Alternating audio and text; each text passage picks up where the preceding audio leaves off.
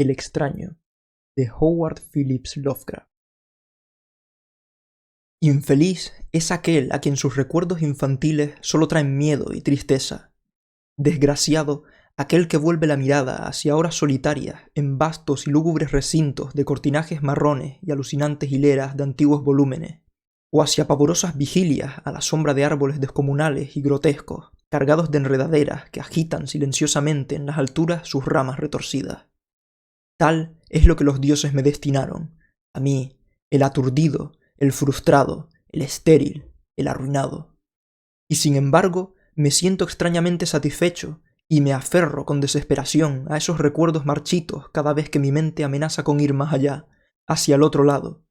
No sé dónde nací, salvo que el castillo era infinitamente horrible, lleno de pasadizos oscuros y con altos cielos rasos donde la mirada solo hallaba telarañas y sombras. Las piedras de los agrietados corredores estaban siempre odiosamente húmedas, y por todos lados se percibía un olor maldito como de pilas de cadáveres de generaciones muertas. Jamás había luz, por lo que solía encender velas y quedarme mirándolas fijamente en busca de alivio. Tampoco afuera brillaba el sol, ya que esas terribles arboledas se elevaban por encima de la torre más alta. Una sola, una torre negra sobrepasaba el ramaje y salía a cielo abierto y desconocido, pero estaba casi en ruinas, y solo se podía ascender a ella por un escarpado muro poco menos que imposible de escalar. Debo haber vivido años en ese lugar, pero no puedo medir el tiempo. Deben de haber existido seres que se ocuparon de atender mis necesidades, y sin embargo no puedo rememorar a persona alguna excepto a mí mismo, ni ninguna cosa viviente salvo ratas, murciélagos y arañas, silenciosos todos. Supongo que quien quiera que me haya cuidado debió haber sido increíblemente viejo, puesto que mi primera representación mental de una persona viva fue la de algo semejante a mí, pero retorcido, marchito y deteriorado como el castillo. Para mí no tenían nada de grotescos los huesos y los esqueletos esparcidos por las criptas de las paredes de piedra, cavadas en las profundidades de los cimientos. En mi fantasía asociaba esas cosas con los hechos cotidianos y los hallaba más reales que las figuras de colores de los seres vivos que veía en muchos libros mohosos. En esos libros aprendí todo lo que sé. Maestro alguno me urgió o me guió, y no recuerdo haber escuchado en todos esos años voces humanas, ni siquiera la mía, ya que, si bien había leído acerca de la palabra hablada, nunca se me ocurrió hablar en voz alta. Mi aspecto era en sí mismo una cuestión ajena a mi mente, ya que no había espejo alguno en el castillo, y me limitaba, por instinto, a verme como un ser semejante a las figuras juveniles que veía dibujadas o pintadas en los libros. Tenía conciencia de la juventud, pero era a causa de lo poco que recordaba. Afuera, tendido en el pútrido foso, bajo los árboles tenebrosos y mudos, solía pasarme horas enteras soñando con lo que había leído en los libros. Añoraba verme entre gentes alegres, en el mundo soleado de allende la floresta interminable. Una vez más, traté de escapar del bosque, pero a medida que me alejaba del castillo, las sombras se hacían cada vez más densas, y el aire más impregnado de crecientes temores, de modo que eché a correr frenéticamente por el camino andado, no fuera a extraviarme en un laberinto de lúgubre silencio. Y así, a través de crepúsculos sin fin, soñaba y esperaba, aun cuando no supiera por el qué. Hasta que en mi negra soledad el deseo de luz se hizo tan frenético que ya no pude permanecer inactivo, y mis manos suplicantes se elevaron hacia esa única torre en ruinas que por encima de la arboleda se hundía en el cielo exterior e ignoto. Y por fin resolví escalar la torre, aunque me cayera, ya que mejor era vislumbrar un instante de cielo y perecer que vivir sin haber contemplado jamás el día. A la húmeda luz crepuscular subí los vetustos peldaños de piedra hasta llegar al nivel donde se interrumpían, y de allí en adelante, trepando por pequeños entrantes donde apenas cabía un pie, seguí mi peligrosa ascensión. Horrendo y pavoroso era aquel cilindro rocoso, inerte y sin peldaños, negro, ruinoso y solitario, siniestro, con su mudo aleteo de espantados murciélagos. Pero más horrenda aún era la lentitud de mi avance, ya que por más que trepase, las tinieblas que me envolvían no se disipaban, y un frío nuevo, como de moho venerable y embrujado, me invadió. Tiritando de frío me preguntaba por qué no llegaba la claridad, y de haberme atrevido, habría mirado hacia abajo. Antojóseme que la noche había caído de pronto sobre mí, y en vano tanteé con la mano libre en busca del antepecho de alguna ventana por la cual espiar hacia afuera y arriba y calcular a qué altura me encontraba. De pronto, al cabo de una espantosa e interminable ascensión, a ciegas por aquel precipicio cóncavo y desesperado, sentí que la cabeza tocaba algo sólido. Supe entonces que debía haber alcanzado el techo, o cuando menos alguna clase de piso. Alcé la mano libre, y en la oscuridad palpé el obstáculo, descubriendo que era de una piedra inamovible. Luego vino un mortal rodeo a la torre, aferrándome a cualquier soporte que su viscosa pared pudiera ofrecer, hasta que finalmente mi mano, siempre tanteando, halló un punto donde la valla cedía y reanudé la marcha hacia arriba, empujando la losa o puerta con la cabeza, ya que utilizaba ambas manos en mi cauteloso avance. Arriba no apareció luz alguna, y a medida que mis manos iban más y más alto, supe que mi ascensión había terminado, ya que la puerta daba una abertura que conducía a una superficie de piedra de mayor circunferencia que la torre inferior, sin duda el piso de alguna elevada y espaciosa cámara de observación.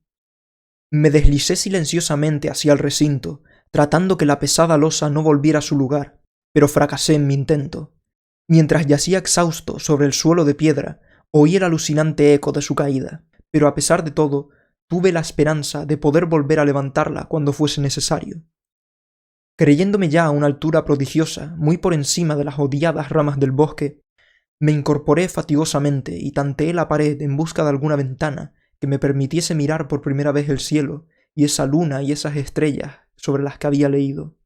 Pero todo lo que obtuve fue decepción, ya que todo cuanto hallé fueron amplias estanterías de mármol cubiertas de aborrecibles cajas oblongas de inquietante dimensión. Más reflexionaba y más me preguntaba qué extraños secretos podía albergar aquel recinto, construido a tan inmensa distancia del castillo. De pronto, mis manos tropezaron con el marco de una puerta, del cual colgaba una plancha de piedra, cuya superficie estaba cubierta por unos extraños grabados. La puerta estaba cerrada, pero haciendo un supremo esfuerzo superé todos los obstáculos y la abrí hacia adentro. Hecho esto, invadióme el éxtasis más puro jamás conocido. A través de una ornamentada verja de hierro y en el extremo de una corta escalinata que ascendía desde la puerta recién descubierta, brillando plácidamente en todo su esplendor, estaba la luna llena, a la que nunca había visto antes, salvo en sueños y vagas visiones que no me atrevería a llamar recuerdos. Seguro de que ahora había alcanzado la cima del castillo, subí rápidamente los pocos peldaños que me separaban de la verja, pero en ese instante una nube tapó la luna, haciéndome tropezar, y en la oscuridad tuve que avanzar con mayor lentitud.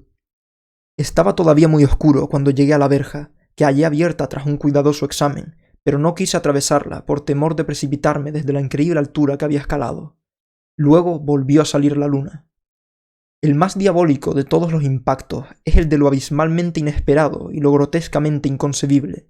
Nada de lo soportado hasta ahora podía compararse con el terror de lo que ahora estaba viendo, de las extrañas maravillas que el espectáculo implicaba. El panorama en sí era tan simple como asombroso, ya que consistía meramente en esto.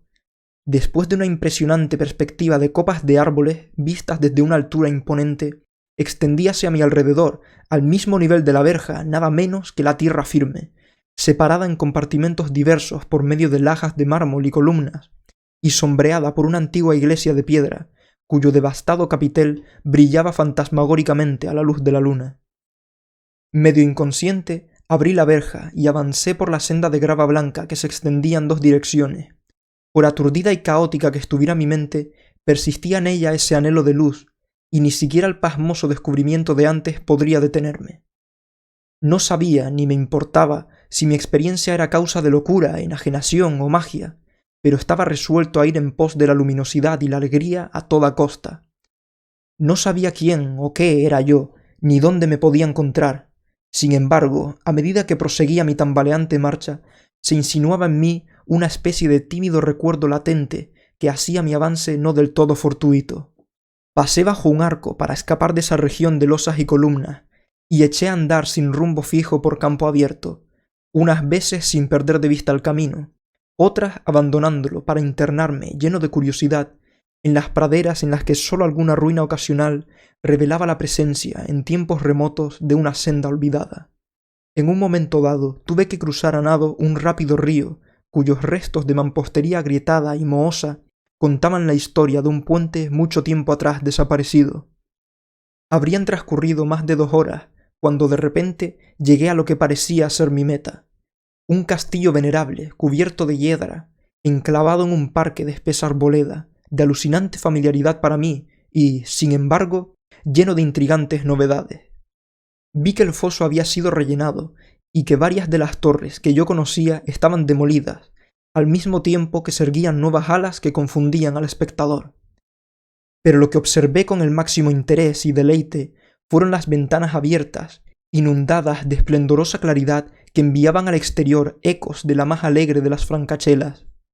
Adelantándome hacia una de ellas, miré el interior y vi un grupo de personas extrañamente vestidas, que departían entre sí con gran jarana. Como jamás había oído voz humana, apenas podía adivinar vagamente lo que decían. Algunas caras tenían expresiones que despertaban en mí remotísimos recuerdos, otras me eran absolutamente ajenas. Salté por la ventana y me introduje en la habitación, brillantemente iluminada, a la vez que mi mente saltaba del único instante de esperanza al más negro de los desalientos. La pesadilla no tardó en llegar, ya que nada más entré se produjo una de las más aterradoras reacciones que hubiera podido concebir. No había terminado de cruzar el umbral cuando cundió entre todos los presentes un súbito e inesperado pavor, de horrible intensidad, que distorsionaba los rostros y arrancaba de todas las gargantas los chillidos más espantosos. La dispersión fue universal y en medio del griterío y del pánico varios sufrieron desmayos, siendo arrastrados por los que huían enloquecidos. Muchos se taparon los ojos con las manos y corrían a ciegas llevándose todo por delante, derribando muebles y dándose con las paredes en su desesperado intento de llegar a alguna de las numerosas puertas. Solo y aturdido en el brillante recinto, escuchando los ecos cada vez más apagados de aquellos espeluznantes gritos, comencé a temblar pensando qué podía ser aquello que me acechaba escondido. A primera vista parecía vacía, pero cuando me dirigí a una de las alcobas creí detectar una presencia, un amago de movimiento del otro lado de un arco dorado que conducía a otra habitación, similar a la primera. A medida que me aproximaba al arco, comencé a percibir la presencia con mayor nitidez, y luego, con el primer y último sonido que jamás emití, un aullido que me repugnó casi tanto como su morbosa causa, contemplé en toda su horrible intensidad el inconcebible, indescriptible, inenarrable monstruo que por obra de su mera aparición convirtió una alegre reunión en una horda de delirantes fugitivos. No soy capaz de describir siquiera aproximadamente a qué se parecía, pues era un compuesto de todo lo que es impuro, pavoroso, indeseado, anormal y detestable. Era una fantasmagórica sombra de podredumbre, decrepitud y desolación. La pútrida y viscosa imagen de lo dañino, la atroz desnudez de algo que la tierra misericordiosa debería ocultar por siempre jamás. Dios sabe que no era de este mundo, o al menos había dejado de serlo. Y sin embargo, con enorme horror por mi parte, pude ver en sus rasgos carcomidos, con huesos que se entreveían, una lejana y repulsiva reminiscencia de formas humanas, y en sus enmohecidas y destrozadas ropas, una indecible cualidad que me estremecía más aún. Estaba casi paralizado, pero no tanto como para no hacer un débil esfuerzo por escapar hacia la salvación.